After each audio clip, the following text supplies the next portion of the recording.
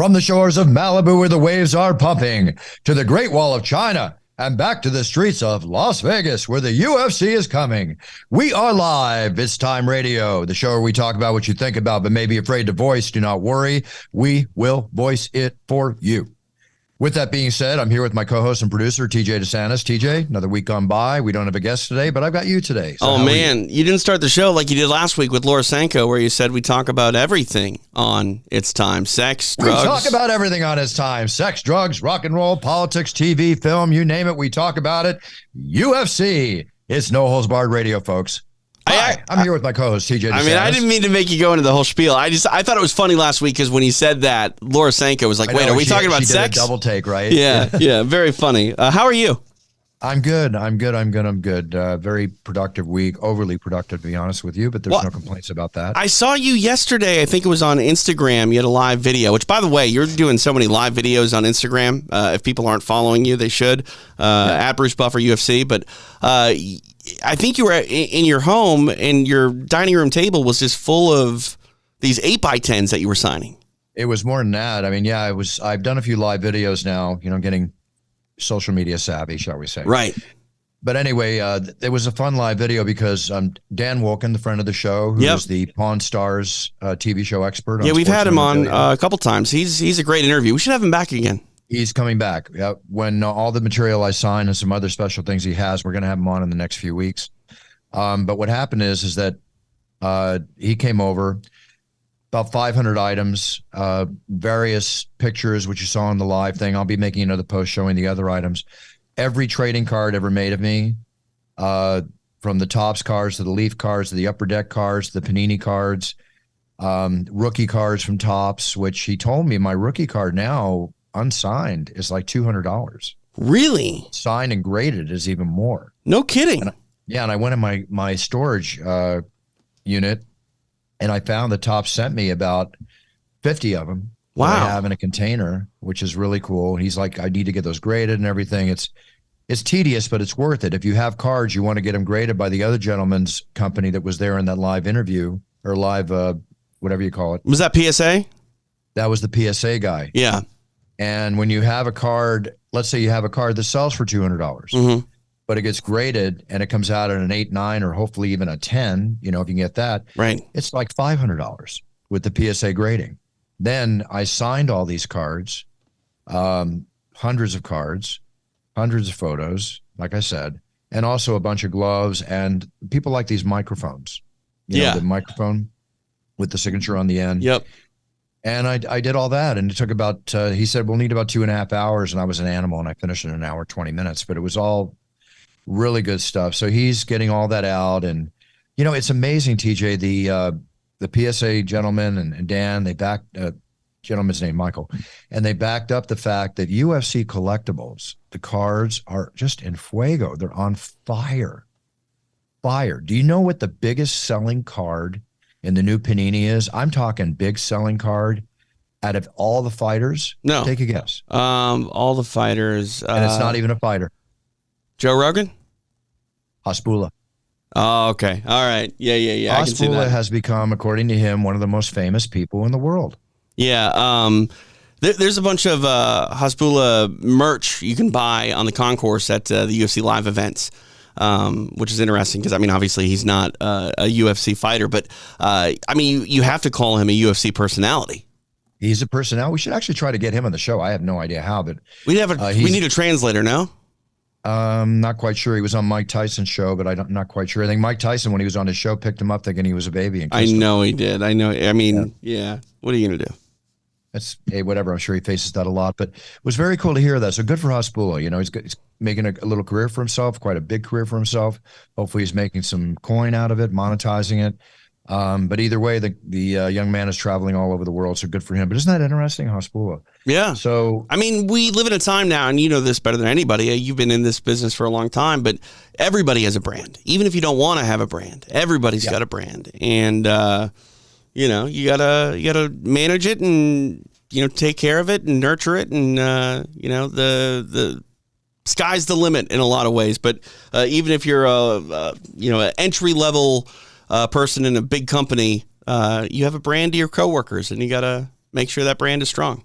like I always tell everybody not preach, but when I teach marketing and branding, you start off with the base, you build out of the base, and all the revenue streams come out of the base. For me, it's the UFC Octagon I built it from. For Michael, it's the HBO boxing ring. Right. For you, it's it's your commentary and everything you're doing here, Fight Pass and all. Yeah. It's got to make the most of it. But yes, brand building is very important.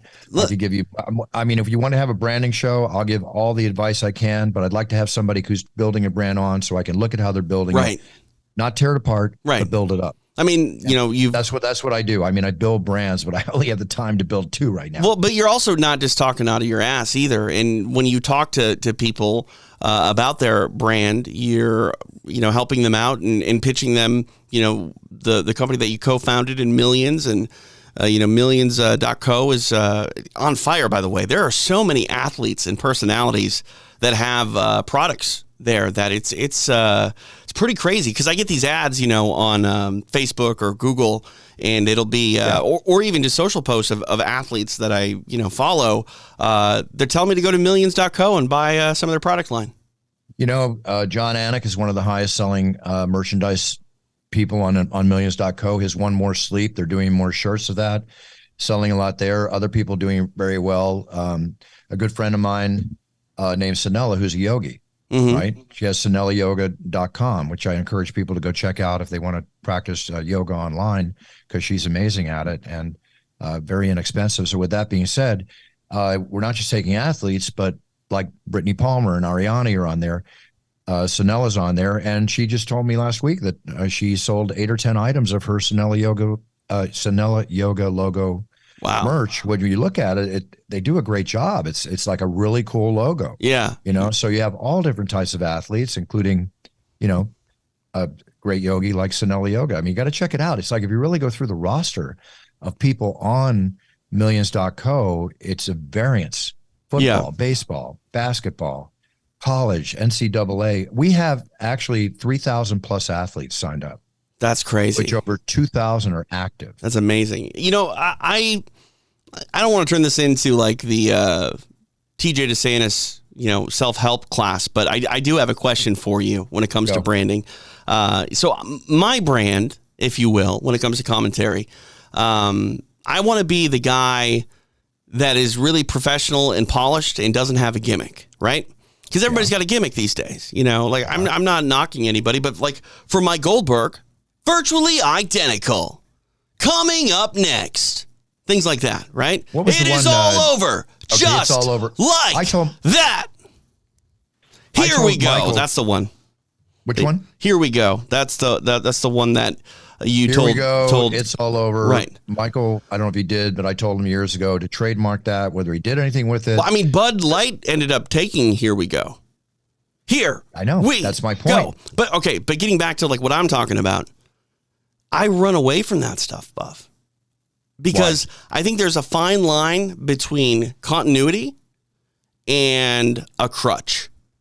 And again, I'm not trying to pick on Mike Goldberg here, but when a fight ends in the 4th round and it's been a long plotting fight, it is all over just like that. But he hit that button every time. I don't think every fight ending call should be the same. That's one thing I really like about John Anik.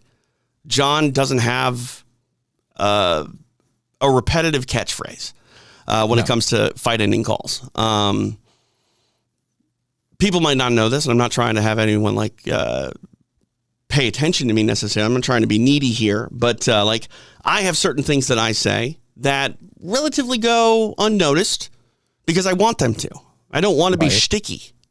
You know what I mean? But at the same time, it's counterintuitive to trying to build a brand, because it seems like play-by-play commentators especially need to have some sort of low-hanging fruit so people can notice. I think I would be almost anyone's favorite commentator if they actually sat back and paid attention to what I'm doing.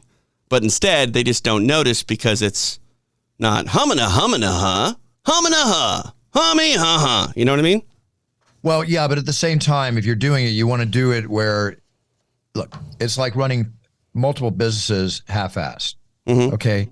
You want to have a catchphrase, or if you want to call it that is going to... I have one. Which is?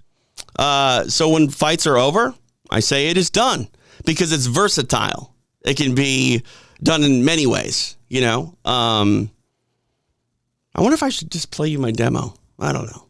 Have you seen my demo? It's up to you. You can check with me. You know, you want to. The thing is that whatever you have, you want it to roll off your tongue. It does, right? And if it does, then perfect. And I have some little continuity things that I do where it's again not a crutch, but like if straw weights are fighting, I'll say it's a straw weight scrap, or if featherweights are fighting, it's a fun featherweight fight. Welterweights will go to war. Those lightweights lock good. up. No, those are all. Would you say let's lock up? No, lightweights lock up, etc. Alliteration. These are variances of phraseology that you're using during your commentating, which work, but you want to find one key thing. Like, again, you mentioned all the ones with Michael. I have one key thing. Give me the one that stands out. It is done. Okay. So you should join millions.co. Right. We should be making your merch. It is done. I don't know if it is done works on a t-shirt, Buff. I don't know either. Right. I don't know either. Have you joined millions.co yet? No, there's nothing to sell. That's my problem. My brand is being the guy that elevates the fight, elevates the color commentator, and stays employed. Right. And I'm doing a good job at that. But unfortunately, like I don't even have an MMA commentary gig right now. Think about that. I'm calling boxing. You don't have an MMA commentary. What about Invicta? And I left Invicta over a year ago. Oh, geez, show you how on target I am. It's all right. Bottom line, TJ, once you get to that point, you find that one thing that works, and I'm going to use Mike Goldberg as a comparison. He should have trademarked It's All Over. He should have trademarked, what's the other one? Here we go. Here we go, but I think It's All Over. Virtually identical. Here we go was good. Here we go was his thing. Both of those were good, and look, it was taken by somebody else. Pure example, if you don't act, somebody else acts on it, you lose it. See, I'm not trying to come up with trademarks. I'm just trying to make the people love me. That's okay. People love you, TJ. Do not worry about that. Yeah, but I mean, like again, I just said I'm not even calling MMA fights right now. No one knows that. All right. Well, you know what? You need a job. Okay, everybody out there, TJ DeSantis is available. Thank you, Bruce. MMA. You got it. And UFC, take note. Contender Series. I think one of these days you're going to get on one of these shows. Well, I think I'm good enough, but it doesn't matter. I know you're good enough. I don't know if I necessarily need to call a UFC fight for any sort of personal validation. I would love to be there. Don't get me wrong. But I'm very happy with where I've gone in MMA, and I'd love to go many other places. But the bottom line is, Bruce, I just want to work. I want to call MMA. I love calling boxing. I love calling jiu-jitsu. I love calling combat jiu-jitsu. But like I said with Tom Loeffler last week, I'm an MMA guy, and it just feels weird not calling MMA. That's your place to be, JJ. Stick with it, and just again, you've got the understanding, you got the information, you know what you need to do. When the time is right, you act on it. Okay. I hear you. There's no reason to trademark anything unless you see a reason to put it on a t-shirt. Oh, trust me. If I say something, it's great. But again, I say things of the moment. You know what I mean? It's hard to necessarily get someone who is not promoting themselves to be able to put something that's marketable repetitively that becomes a moment. Like, I think one of the more fun things I ever said about a jiu-jitsu player was they were locked in an arm bar and like their arm was just wrenched. It was disgusting looking, but they got through it. And I said he has the heart of a lion and the arm of an action figure. But you can't put that on a t-shirt. Right. Exactly. No, I figured that much too. But when you figure it out, when you do it, you make your mark. You got to trademark it. T-shirts and clothing, right. Class 25. Silhouette of my face with glasses on, and then it is done underneath. That's actually cute. Okay. That's actually cute. But no one's going to wear that shirt because they're going to be like, what is that? And like, oh, it's TJ DeSantis. I'm like, who? Is that Ron's brother? All right. I think we spent enough on this one. You know what you need to do. And again, I'm going to tell you, for those listening, clothing is class 25. Entertainment services and advertising promotion is class 41 and 35. There's different classes for trademarks. It's a whole nother issue. And we're happy to discuss this anytime on the show. You can write us. What do they write us at? Let's go DeSantisMMA@gmail.com.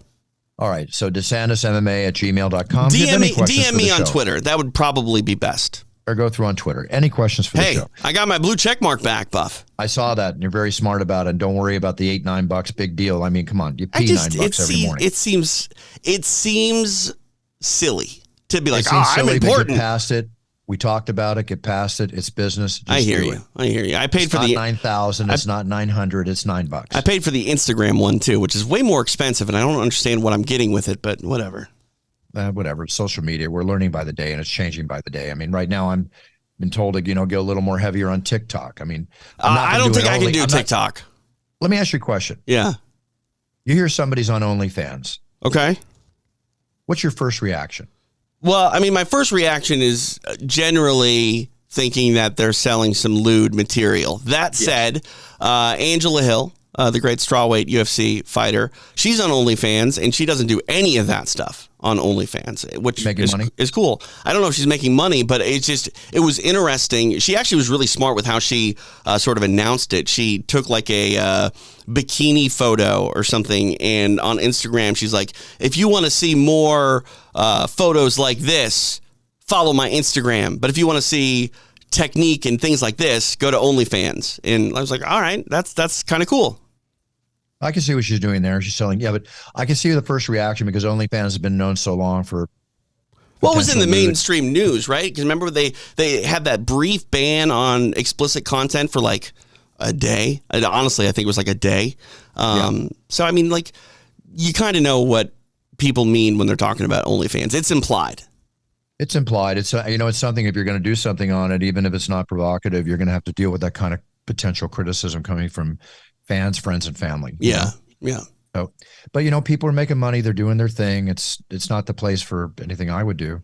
But I was just asking your initial reaction. TikTok is the one that I'm told to go more on. But it's like video, right? Like they're videos, but it used to be for kids. But now everybody's on it, from The Rock to you name it. Right. Well, I mean, anything that is social media, like, is Snapchat still a thing? I feel like maybe that is taking it's not my thing, so I can't answer. Yeah, but like TikTok, from what I understand, you make these little videos. It was very similar to like Vine. You remember Vine back in the day? No, I don't remember Vine. They were like 6-second videos. Like TikTok, you can do longer. Right, you can do 60 seconds, 3 minutes. But I don't really know what sort of video content works on TikTok, or what I would want to do, or what you would want to do. Like the way you use Instagram, I love, because it's just, you turn on the live feed, you let people see what you're doing, you talk about it. Like that's cool. I guess maybe that's what you're supposed to do with TikTok, but most of the things that I see with TikTok are almost like humor based, right? They're almost like sketch comedy. It varies. I've seen, I used to avoid it, but when you start looking at all the videos and you bring it up, you can't help but look at it for 10 minutes because they're so varied. And they fish in provocative ones once in a while. I wonder how the hell some of these kids' parents even let them do this. Well, I mean, that's the thing about TikTok. I think the algorithm gets you. It gets you going down the rabbit hole, and you just start scrolling, and then all of a sudden... Yeah, you just scroll like crazy, and it gets you going. But you know what? There's only so many hours in the day. I'm trying to adjust and manage everything properly, as everybody is. One thing I admire about you, Bruce, when I'm around you, I don't see you constantly grabbing your phone. So many people are grabbing their phone, and granted, it makes a lot of noise. I do have a tendency to, because I get a lot of texts and stuff like that. Right, but I don't see you needlessly scrolling. Like if I go out to dinner with my wife, no. I got to take my wife's phone away from her because she'll just end up looking at Facebook. But when I've been with you, like we're on the same plane. We're communicating. Yeah. If a text comes in, I check the text. Right. I mean, I've got caregivers taking care of my mom. I never know what kind of message I'm going to get. Of course. And it's one thing, again, to look at your phone. It's another thing to be in the company of someone and then just be playing with your phone. I guess the best thing to do is watch how you say that. I guess the best thing to do is to just keep the phone in your pocket. Take it off. If you feel it go, it goes. That's kind of proper etiquette. If you're on a date, if you're with somebody, but we all have a tendency to put the phone on the table. Yeah. Listen, with all this being said, I want to go into some news Let's do it. Okay. The big story for us in the world of MMA is that Nate Diaz got arrested. Or there's a warrant out. Yeah. It's a warrant out. What I did not know, when you look at the video, first off, when I remember seeing the video, if I'm not mistaken, the person that he initially kneed and choked out with the guillotine put his hands on him. Right. Did you see it? Did he touch him? So I haven't seen that part. I saw the sort of end result more than anything. And I'm looking at it right now as we speak. So I haven't gone down the rabbit hole too much either. So you tell me what you see. When it comes on, I'll tell you. It'll be on in a second. I mean, the issue is this, though. Nate Diaz, his brother Nick, the Diaz crew, they have a reputation. So people, in today's society, I mean, we're talking about the OnlyFans, we sort of jump to conclusions when we hear things.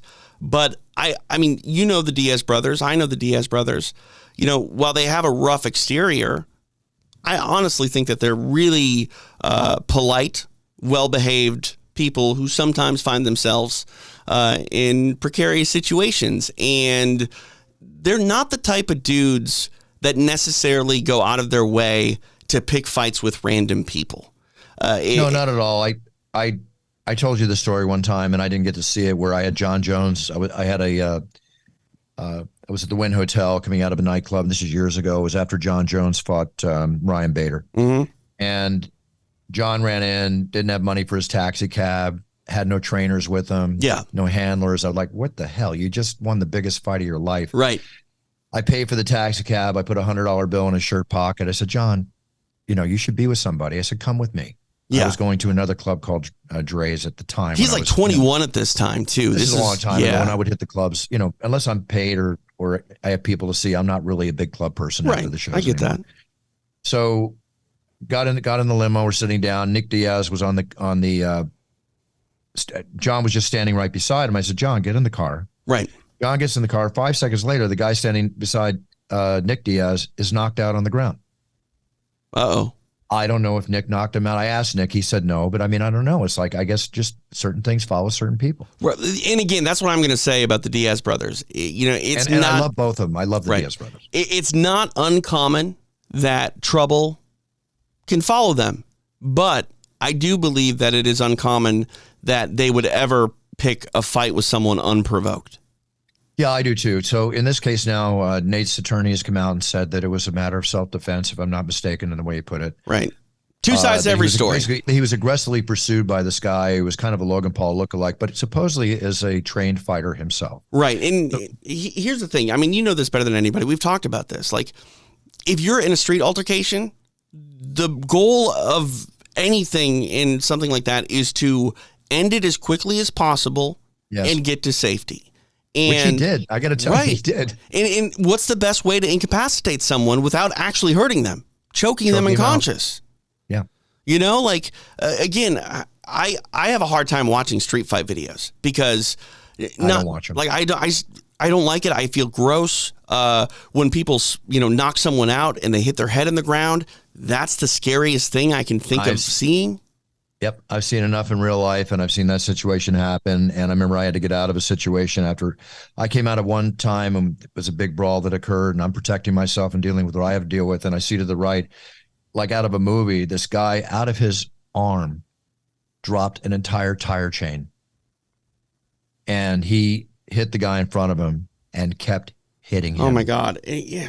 And it's like, this guy's dead. And I just got out of there. It's like the situations get so bad. So, I mean, literally like a movie, dropped out of he knew what he was getting into. He was prepared, dropped out of the side like a secret agent drawing a weapon. Yeah. It was crazy. But aside from all that, I've seen enough of those altercations. I don't get off on seeing them. I don't like them. I realize how bad violence. they are. They're crimes, honestly. Like, it's assault. It's crimes of violence. You gotta be careful. The thing that I hate too is like when someone does incapacitate someone in a street fight, it seems like the new normal is to start soccer kicking them. It's like when you've won the confrontation, remove yourself from danger, because even if they're unconscious, you don't know who's coming to their aid, etc. Like, if you're able to choke someone out in a street fight, get the hell out of there. Just get out of there. Right. And that's the thing too. But you got to assume responsibility for what you did, and that's what Nate's going to have to do. Sure, but I mean, that's the thing too. Even about like going the other way and trying to hit guys, you're going to break your hands. Like, the human hand is incredibly fragile, and when you're someone like Nate Diaz, who is going to make a box for the biggest paycheck you'll probably ever get, you should not be putting those hands in harm's way. So I just said something about a paycheck. I want people to realize, from my knowledge, Nate has made well over 5 figures of $1 million in a single fight. Right, but this fight could bring him a lot of money. Yeah, I mean, I don't. But now he's come out and say potentially. I read where he said, because of his legal battle right now, there could be an issue with him fighting. Yeah, I think that'll get sorted. I mean, it's unfortunate. I would think that Nate would think better of this. The video that I saw that was not a great move by Nate was I think he was at a boxing event. He was sitting front row, and there was someone behind him said something, and he, did the old Diaz brothers trick and found a bottle of water and threw it at the guy. And it's like, what are you doing? You can't do that. The guy that was behind him, I think his name is Moore. He's an influencer, if I'm not mistaken, who was in a boxing match last week where he was DQ'd. He was disqualified because he knocked out the guy, and then he continued while the guy was flat on the ground to pummel him. What are you doing? That's what I'm saying. Like, come on now. That's terrible. You're not proving anything. Times are changing. People do not understand that unless they're our age to understand that times are changing. So it's going to be very interesting to see where we go. All right, let's get off all the machismo and the fighting and street fighting and da-da-da-da. Here's the first rule of a street fight. Be observant, avoid it, Lego your ego, keep your macho, stay healthy, walk away. Yeah, I mean, somebody's in your face, they're going to put their hands on you. You got to do what you got to do. What's the saying? Live to fight another day. There's nothing glorious about a street fight. No. When I was younger, it was different. We'd fight and we'd have a drink afterwards, but that just doesn't happen. Who's the number one street fighter in the world? I do not know. Yeah, because they don't rank that. You're not a world champion. You're a criminal. Case in point. Yeah. Case in point. Okay, so Nate, good luck. Want to see you box Jake Paul. We all want to see it. Be a big pay-per-view. Wish you all the best as always, my friend. And I just want to see him back in the octagon. You and I said at the same time. Yeah, he's going to fight Conor McGregor at some point in the UFC. If I could hit the fast forward button to that, I would. So another celebrity is in the news, not a fighter, but Pete Davidson. He faces criminal charges because he was out on a date and he crashed his car into somebody's house. Oh my God. Any other drug information? And alcohol were ruled out as factors of the mishap. He was traveling in high speed, and just being reckless. Must have been a really reckless speed. And he crashed into the side of someone's house. No one was injured, and his car looks like it's been relatively front end totaled. Wow. No excuse for that. No excuse for that. Usually he's in the news for kissing a Kardashian or doing something else, but no. Have you noticed that people drive a bit more reckless since the pandemic? I feel like a lot of people were not driving on the freeway for a long period of time. I think I drive very offensively, defensively, offensively, and somewhat aggressively to get out of situations. Sure, I get that. But I've always been that way. But I've never thought that the road is full of good drivers anyway. I mean, the problem about Los Angeles in particular, where we live, is you don't move very fast on the freeway. But when you do, when there's space, it's a dangerous environment sometimes because you got some guy in the right lane that's going 40 miles an hour. You got another guy trying to pass him going 400 miles an hour. And you're somewhere in the middle trying to make sure that no one runs into you. I don't know. I almost prefer sitting in traffic because it's less likely that someone will accidentally kill me. Yeah. Hey, it's like a street fight. Just keep observing and avoid situations, okay? So that we get back to the same principles again. Right. Street fights and driving sometimes end in people getting choked out. Yeah. In the news now, and I mean in the news, a couple of terminations here. Don Lemon has been released from CNN. Yeah, I saw that. And then on the flip side, Tucker Carlson from Fox. I was just about to tell you, Tucker Carlson from Fox, literally on the flip side, has been released by Fox. But his because there's defamation charges against him, if I'm not mistaken. Right. So I think you just said it on the flip side. So those two going to come together and do a show called The Flip Side? Got it. Isn't there a show already called The Flip Side? I have no idea. Probably. There's no original ideas anymore. No, there's not. It's like my dad always said, there's basically 15 plots and 125 ways to tell each story. Yeah. As far as movie scripts are concerned. But it's, anyway, Don put Lemon your own will taste on definitely, it, so. Don Lemon's got a huge following. Tucker Carlson probably has a huge following too. I'm sure that they'll sign contracts. Well, we're talking about, and he was terminated. He's probably going to get a lot of money based on his termination too. Yeah, I'm sure he had severance packages and all that stuff built in. We're talking about how the world's changing. Media has constantly been changing, and I don't think media has changed more than in the last 5 years. And some pillars of their networks, both Carlson and Lemon, staples of both CNN and Fox. You don't necessarily need those platforms anymore if you have the following already. You're probably not going to get as high of ratings, but we live in a time now where if you have a good following, you can do it all by yourself if you really want to, and you got that hustle and drive. If you want to, but once you're on network TV or cable TV of a high level, you want to stay on that visionary. Believe me, I think it's just an either one of ego these thing, though, gentlemen- Bruce. You can probably make more money by yourself. It depends on the stage that you want to be on, right? Does the I mean, stage look at, matter, or does the paycheck matter? Say again? Does the stage matter, or does the paycheck matter? I What think matters more? Your own personal happiness with what you're doing matters. Right. Where are you most content? But like, for example, I produce a pro wrestling podcast called The Laps Fan. If you're into old pro wrestling, people go check it out. I don't talk on it, but I produce it. And it's a show that if it was just a show by itself would not be that marketable. But because it's on Patreon and they offer an ad-free version and some bonus content, they have a small amount of listeners, but they're making like 10 grand a month. I know one 18-year-old girl who's a daughter of one of my friends that takes care of my mom, and she's pulling down over $3,000 a month on her podcast. Yeah, at 18 years old. Right. Good for her. So Good for her. that's the one thing that I've always sort of struggled with is like, what do you want? Do you want the affirmation of being on a platform that is well respected? Or do you want more money than you would get by not being on that platform? I would want a lot of viewers. I would want to make sure I had a large audience. So it's the message that you want to give that is most important. It's the message you want to give, but at the same time, too, for reasons of being relevant, kind of like Ngannou in the UFC, not being in the UFC, and it's like, where is he? What do we pay him? All that kind of stuff. Sorry. You're good. That was our friend of the show, Gary Randall. Oh, I just talked to Gary not long ago. Yeah.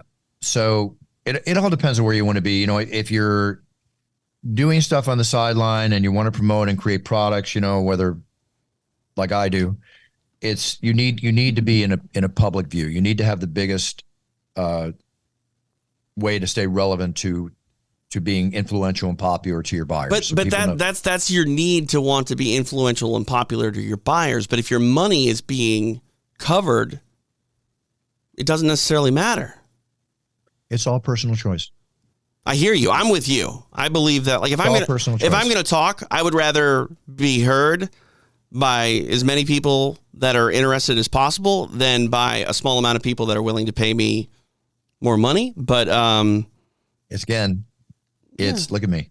It's all personal choice. Right. Okay. I hear you. Where you're at. It's just interesting. Listen, we do this podcast, and does it make money? Okay, make some money. Right.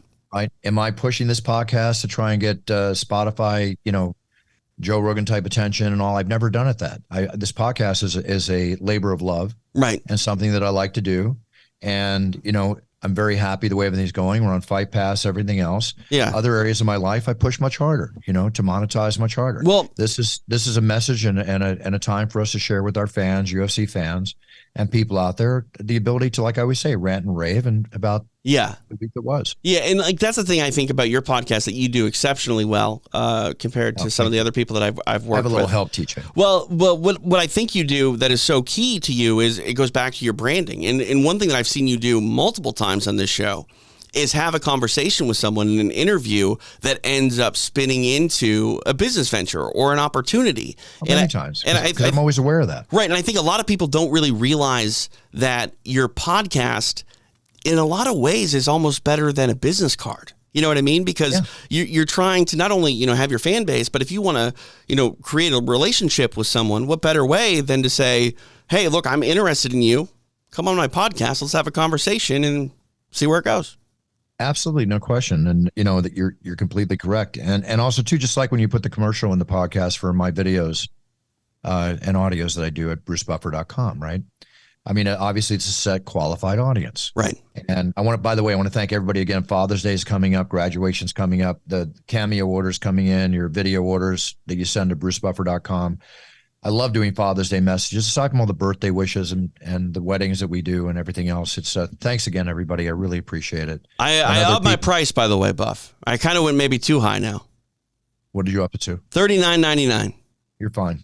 You're fine. Well, completely worthy. Well, completely worthy. No one's paying for it. That's yet, on Cameo, folks. People go see TJ DeSantis on Cameo. Yeah, I actually just got a text message that said my Cameo app is out of date. I need to update it.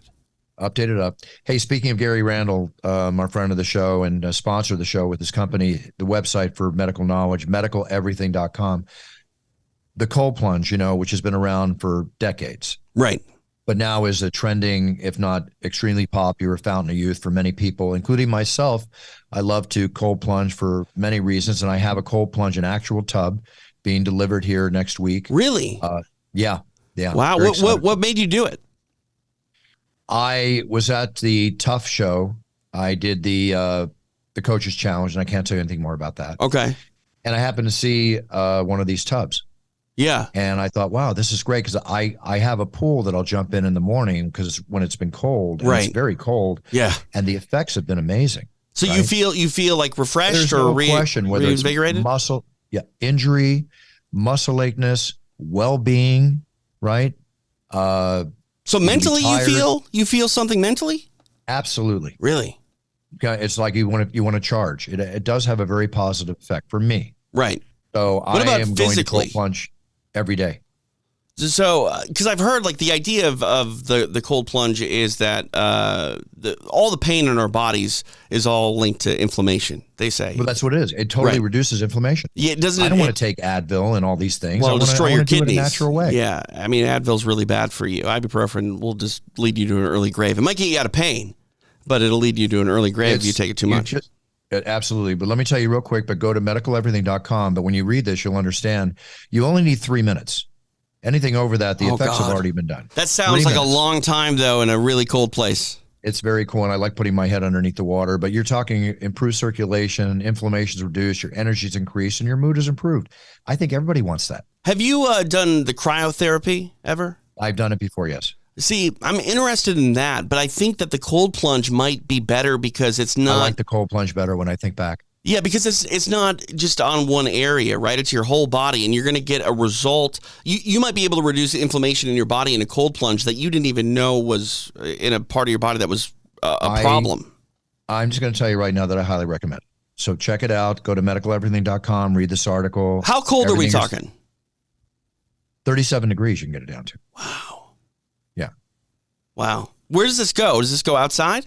It's outside. I'm going to put it by my pool. Nice. That way I can get in and out of the jacuzzi or in and out of the sauna and go into the cold plunge. Oh, that sounds amazing. It Yeah. sounds like you might have a heart attack, but it sounds amazing. Hey, I don't want to rob the octagon of my prime moment, but Right. we'll see what happens. There you go. Yeah. I think the effects of that is to help you not go through that process. But speaking of medical, Frank Shamrock, he pledged his brain for CTE research. Yeah, a lot of athletes have done that, which, I think combat sports athletes in particular should do that. I understand everyone has their own beliefs, and some religions would get in the way of donating your brain and things like that. But the more information we can gather about athletes that, subject themselves to full contact and combat sports, football as well, things like that. You're just helping the future generation to not suffer some of the same ailments that you may have after a long career. Yeah, exactly. So I think it's a very, call it a wonderful thing or a very grand thing he's doing, to do that. I don't think you need it when you're dead. No, you don't. But at the same time, he's been through so many wars that his brain will be very interesting to look at for the reason they want to look at it. I mean, because that's the thing I think we're finding out. I'm sorry to cut you off. Is not every brain is equal. I don't mean by intelligence, but like some people are more susceptible to things like CTE than others, and we don't exactly know why. And the more brains that physicians we can find look out at, the story. We can find out what's going on. Yeah, no question. Yep. A couple of interesting stories here, health-wise too. A Canadian actor named Saint Bon Colucci. He died after having 12 plastic surgeries, spending $220,000. He wanted to try and look like somebody called a BTS star named Jimin. But he went through 12 plastic surgeries and in a South Korean hospital and finally died as a result of one of the plastic surgeries. I mean, I hear things about people going down that rabbit hole and then they become addicted to getting it done. This is an addiction. Yeah. This is an addiction, no question. And that's one thing too, like this wasn't necessarily done for age, but you and I have talked about this. I just don't have a problem with people getting older and looking like they're getting older. There's something beautiful about that. And it is. But as a man, we age gracefully, and women are obviously whatever they. Not all women, but yeah. Not all women, but I'm saying it's wonderful to age gracefully. But if that is your choice to do so, do it in a healthy, proper way. My only thing is when I see 20 somethings doing it to themselves, there's no reason to do it to themselves. Yeah. It's like you're just going to keep doing this and doing this and doing this, and more cases than not, you're going to do it to the point where it's a little too much. Well, I have some friends that are not going the plastic surgery route, but I can tell that their beards are looking a little bit darker.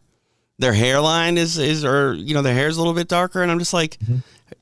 Does that really bother you? Like you're going, like it's natural to go gray. Like I don't. It all depends on the individual. I deal with that every day. You don't, obviously. I thanks, Buff. I appreciate that. But no, but that's one thing too. Like you are. I mean, you can't help but be a little bit concerned with your vanity, right? Like you're a performer. You're in front of millions of people every week. You've never struggled with turning gray. Say again. You never struggled with turning gray or anything like that. No. What am I going to do? It is what it is. I've been getting gray hair since my mid-30s, so it is what it is. You got to deal with it. Vanity enters the picture. Listen, I like taking care of myself. I like looking the best I can be, and there's nothing wrong with taking care of yourself, right? Right. No, 100%. As far as putting stuff in my body and stuff in my face, I don't do that. I don't care whether it's Botox, ab implants, or whatever. Forget all that stuff. Eat right, work out, be right. Oh, I mean, yeah, I forgot. You already have the ab implants. Oh, yeah, right. If people don't know, we've joked about that for a decade. Joked about it because I laughed my ass off when somebody took a picture of me at a pool and said I had ab implants. It's like I didn't even know they existed. That's the funniest thing I've ever heard. I didn't either, Bruce. I had no idea. And I had no idea either. I think it's ridiculous for somebody to get it. But you know what? To each his own. But what's funny to me is someone actually thought you got ab implants like you're a pro wrestler or something. You know what I mean? Eat right and do some sit-ups. I've been a surfer my whole life. Right. I mean, it takes a strong core. It's what it's all about. Yeah, 100%. To a degree, along with other things you can do for that. Okay, enough about vanity. French fries. They're greasy, they're starchy, but they're a comfort food for many. Now they're 7%. Okay. Consumption, now they're saying a research team in China found out that consumption of fried foods, especially fried potatoes like French fries, are linked to a 12% higher risk of anxiety and 7% higher risk of depression from those who don't eat fried foods. Buff, you are what you eat, right? Isn't that the saying? There's an example right there. And I don't know. I'm not telling you to stop eating French fries. God knows we all love them. Just don't do it every day. Everything in moderation, my friend, no matter what it is, and I'm not going to go down the list. Right. Okay? Everything in moderation. All right, that being said, Aaron Rodgers is away from Green Bay. He's jet setting off to New York. Yeah, I made a tweet, and I was joking about this, but I said I've seen this one before. He goes to play for the Jets for a year, and then he leads Minnesota to the NFC Championship game where he blows it, a la Brett Favre. Brett Favre did the same thing, right? Like he left the Packers for the Jets. I don't think Aaron Rodgers is going to leave New York as quickly as Favre did, but I don't know. This has been a long time coming. I mean, we've talked for at least 2 seasons about Aaron Rodgers potentially being out at Green Bay. There seems to be some sort of issue with his mindset on how the team should be operating compared to that of the upper management. It looked like it was an upper management back office situation, and it didn't get rectified, but maybe it did get rectified because he's off to New York. Good luck, Aaron Rodgers. Does he bring the Jets success? We'll see how he does. Like, is this the missing piece for New York? I have no idea. But I mean, definitely a team is built around their quarterback. Right. So let's see how it works. And of course, they say it takes 1 to 2 years or more just to get used to the system. I know. But a veteran like him, that could be different. In horse racing, we've discussed the fact that horses die almost every day in training and on the track. Or a couple of years ago, it was just absolutely out of control. It was like 5 a day back then. I don't know what it is today, but the horse jockey Dean Holland, it's a dangerous sport. Uh-oh. Buffer's frozen on me. The Donald Racecourse down there. Now you're back. I lost you. What'd you say? Jockey, Dean Holland, 34 years old. Racing is not, it is a dangerous sport, as magnificent as it is. Yeah. He was racing in Victoria, Australia at the Donald Racecourse, took a fall. Oh, no. He and the jockey were thrown. He was tended to by medics, airlifted to Melbourne Hospital, but he died from his injuries at the hospital. That's horrible. That's very The sad. other rider and the 2 horses didn't sustain any significant injuries, thank God. But this poor gentleman, he passed away. It's a dangerous sport. Things happen all the time. I'm terrified of horses, Buff. Oh, they're beautiful, magnificent animals. For sure, You but got to be respectful to them. Don't ever stand behind one. That's what I'm saying. Like, Don't ever stand behind one. I'm not trying to disrespect a horse by any means. I don't feel comfortable being around an animal that may accidentally kill me if I sneeze. Yep. Just my thoughts. Here's a weird story. Okay. Stupid is a stupid does. Uh-oh. This is our stupid is a stupid does story. Designer. You ever hear this guy, Designer? That's his name? Yeah, I don't know what he does. Does he design things? No, he looks like a performer. It looks like he's a hip hop artist. I'm not quite sure. All right. Anyway, he's on a plane, and he's now facing legal trouble for exposing himself on the plane. What happened is that flight attendants told him multiple times to stop. He was supposedly masturbating in front of flight attendants. Jesus God.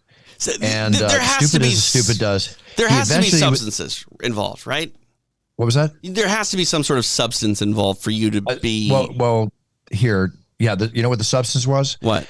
Flight attendants told him multiple times to stop, and he was eventually taken to the back of the plane where he's monitored by two of his friends. The FBI affidavit says a jar of Vaseline dropped into the aisle as he was getting up to switch seats. What? Isn't there bathrooms that you can go and be private in if you have to and be a self-made what do they call it? Yeah, but if you become a mile high member of the self-made Mile High Club. Yeah, if you're a solo member of the Mile High Club, I think you got some issues, man. Well, according to the docs, Designer said he was aroused by the flight attendant. Okay, and ask kind for of her showed number. her his magic stick. Dudes are stupid, Buff. This dude is stupid. But guys in general seem to think that women have the same sort of sexual personality as they do. Men are visual, right? Like, we're very visual people. Yes. Not to go into any further details, but men are visual. Women are not as visual, but men still seem to come on to women in a way where they think that if someone did this to me, this would be amazing.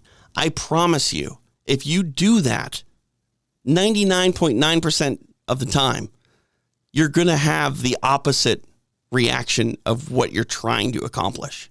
Well, I agree with you. And in this case, he's a rapper.